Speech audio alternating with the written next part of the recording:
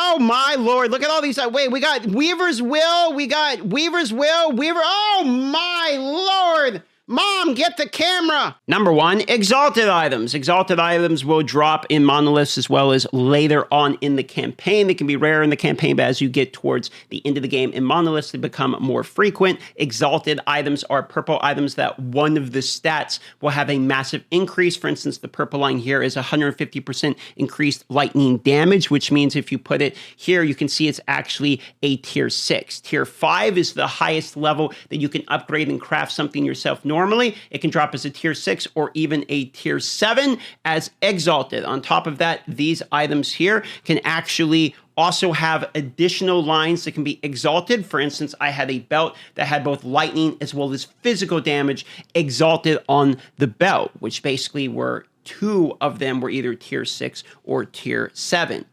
Now, the great thing about these Exalt items are not only are they strong, but it leads us into our next point, which is if you have an item that's Exalted, for instance, this belt, 79% increased lightning damage, and you have an item that is a unique that has legendary potential, you can actually take one of the stat lines of this Exalted item here and put it onto a unique item. That is what legendary potential means. So, for instance, one of these 4 will be added onto this, and it will end up looking like this. This was a unique item that grabbed endurance threshold out of the belt instead of one of the stats I was really wanting. I got unlucky and it grabbed that one. You do this at the Temporal Sanctum by completing the dungeon. I will show you that. This right here is what dictates how well this character is about to be for the rest of the game. This right here, we have 2 ways of this working. It can land on the critical strike multiplier, which is all right. But if it lands on the increased physical damage, that is huge for us. One time, no whammies. Ah, that's so bad, dude. So, effectively, after you run the dungeon, it will give you the ability to take an Exalted item as well as a unique item with legendary potential and combine them together. Keep in mind, this is where you start to get into the extremely strong items.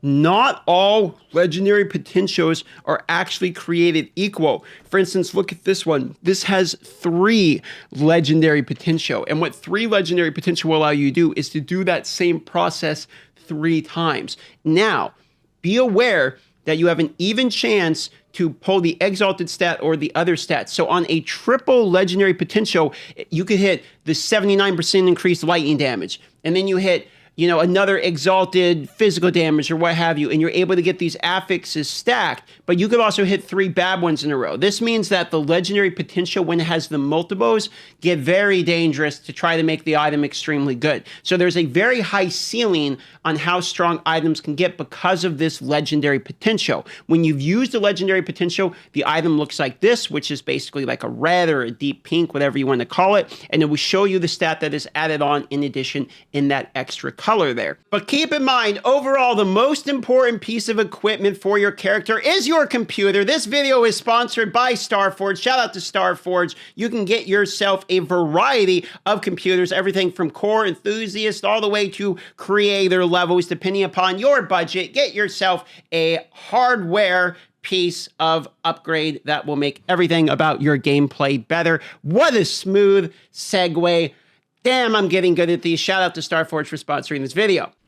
Now, you might arrive with some items like this one, and you might be looking at this and thinking, oh, damn, you got a 4 legendary potential unique. Well, not really. There are items that drop, such as in the beginning of the video I showed you, that are Weaver's Will items.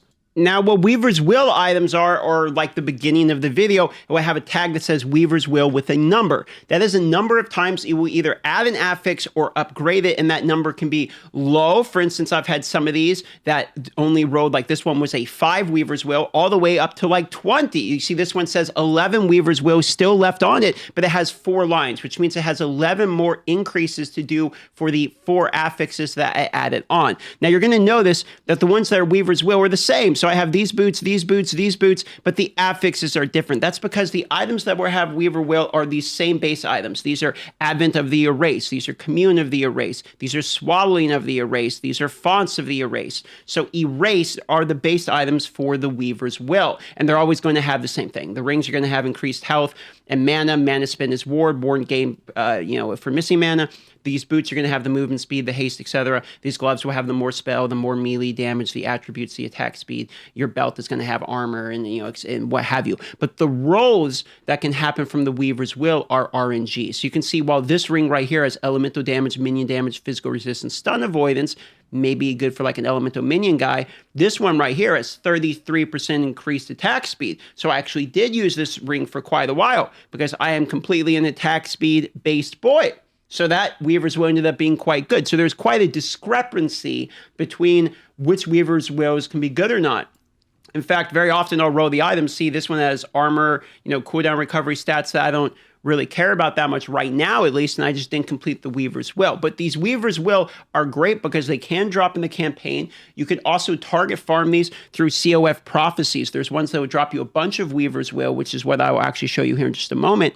And then you can try the RNG your way into good stats. These are basically like legendary potential items, but they're only on these certain items. So you can't get Weaver's Will, for instance, like on this staff. You can only get them on these items, but they are not bad for a while. So the progression looks something like you're wearing yellow items from the campaign, then you might swap over the Weaver's Will to hold you over for a while, then you actually end up getting the uniques that you really want, and then you pick the Exalts that have the stats that you farmed, like maybe I need lightning penetration, for instance, and then you slam those onto the legendary potential of the uniques you get. That's basically the progression with your gear.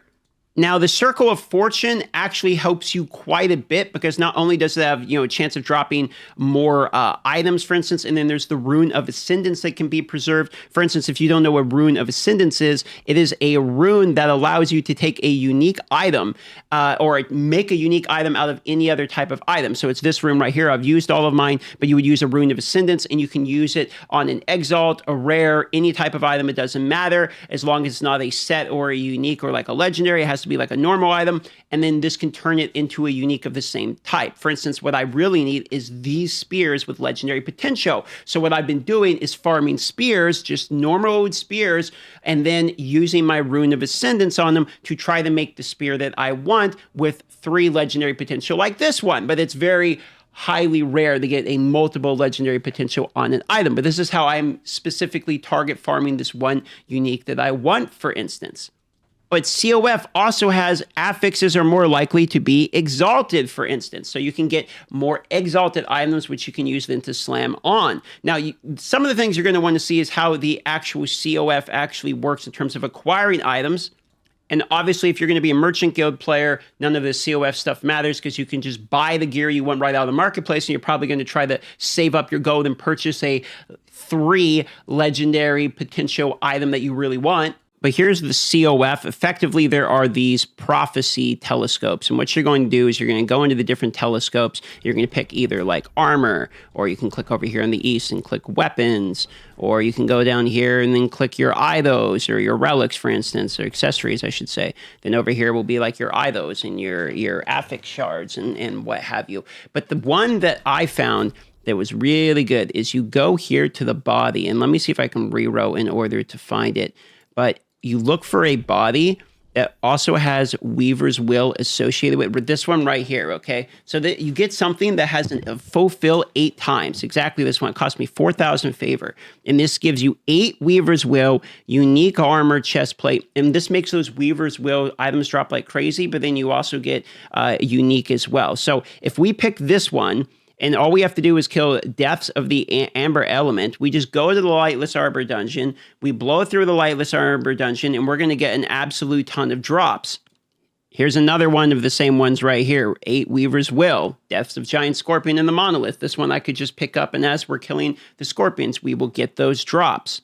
So you want to stack the ones that you're trying to farm. If you need a chest plate, you're going to farm the chest plate. If you need a weapon, you're going to farm a weapon or what have you, and try to get the items that have the legendary potential that you need specifically for your build. But then you look at these, there's also lenses, and you will notice these lenses will give you bonus perks. If I move my camera here, you're going to see 15% increased chance per rank to find exalted items, and you can get these lenses from the shop down here, which you will use to further modify your drop rate. So if I go here, I can be more or buy more of these lenses here, depending upon what exactly it is you're trying to target farm. So basically, your gameplay loop is going to be, if you're in COF, get the lenses, get the prophecies in order to farm the exalted items as well as the unique items that you need. Take the exalted items and then crunch them into the legendary potential unique items that you need specifically for your build. Hopefully, you get the multiple legendary potential that are any good. You might get some Weaver's Will along the way, which will hold you over if they get good affix rows as well, until you get the exact uniques you need with the right legendary potential. But really, the ultra like big dick in game is going to be the exalted items with multiple exalt rows. And I've only ever got one of those to drop that had 2 exalted lines of rows on it. So those are going to be really what you're trying to get. And because this Circle of Fortune here both have uniques are twice as likely, they have legendary rows, as well as tier 7 affix chances are twice as common, and those are the like mega exalts. Because of that, the Circle of Fortune is a really good bet in order to actually farm this gear yourself. So you definitely want to probably be the Circle of Fortune, unless really what you're going to do is just farm a shitload of gold and then try to buy the items off the marketplace. Circle of Fortune does seem to be the play. Something else you can do is if you're building out an item, let's say you get an exalted item that you really like, but you want, let's say you want to get rid of melee damage. If you have these glyphs of despair, I've used mine, what you can do is you can use a glyph of despair to have a chance to seal off the affix, basically taking it and removing it, but we're moving it from the spot so you can reuse the spot, but keeps it as an additional line that you can no longer upgrade. So this will allow you to have like 5 affixes, for instance. So really the ultra in game is you have multiple exalt rows at tier 7, but then you also seal off with the glyph of despair and then put something even better on there as well. So those glyphs of despair, you probably want to save these for later on in the game when you get a really good item, and that allows you to kind of get rid of one of the lines that you don't want to upgrade all the way, or maybe you do want it, but you want to add like another something that's quite good. For instance, if I wanted to keep throwing damage, but then add like a critical strike multiplier or something. Here's actually one such example in which I sealed off throwing attack speed, and you can see I have critical strike throwing damage on there as well, and it has 5 lines on there instead. This is where I used my glyph of despair. So if you do get those glyphs of despair, consider holding them for when you get a really mega item that you're super excited about. That's about it. There's a free pet that you can get right now from Twitch drops. You just gotta watch an hour and have your accounts linked over on Twitch. So if you want, the link is down below. And to get that free pet, consider subscribing if any of these tips helped you. If you learned anything, if not, don't worry about it. And maybe I'll see you on the live stream if you want that free pet.